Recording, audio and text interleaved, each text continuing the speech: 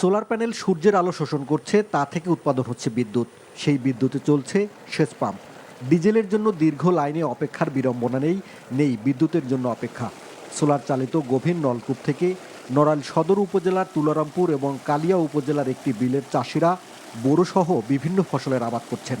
দুইটি উপজেলার 3টি বিলে 3টি গভীর নলকূপের আওতায় অন্তত 250 বিঘা জমিতে বোরো ধান, ভুট্টা, তিল, সবজিসহ বিভিন্ন প্রকার ফসলের ক্ষেতে নিরবচ্ছিন্নভাবে সেচ দিচ্ছেন কৃষক।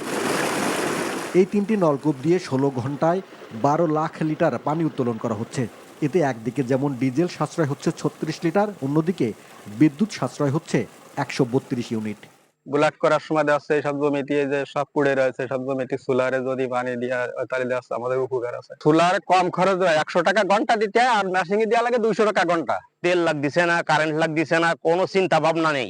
হ্যাঁ, আর সেই এটা চালু করলে পানি পাচ্ছে মানুষ। সূর্য থাকলেই আমরা দেখা যাচ্ছে কি যে আর কোনো তেলের জন্য আমাকে দৌড়াদৌড়ি করা লাগে না। তাই এরকম পাতলা মানে মাঝে মধ্যে দেখা যাচ্ছে কি যে এরকম যদি বিল কয়েকটা যদি করা হয় তাহলে দেখা যাচ্ছে বিল উঠতে আর সমস্যা হয় না। সোলার দেশে পানির লাইন আছে, পানির লাইনের কারণে আমরা 4টে ফসল করে নিলিবিলি করতে পারতেছি।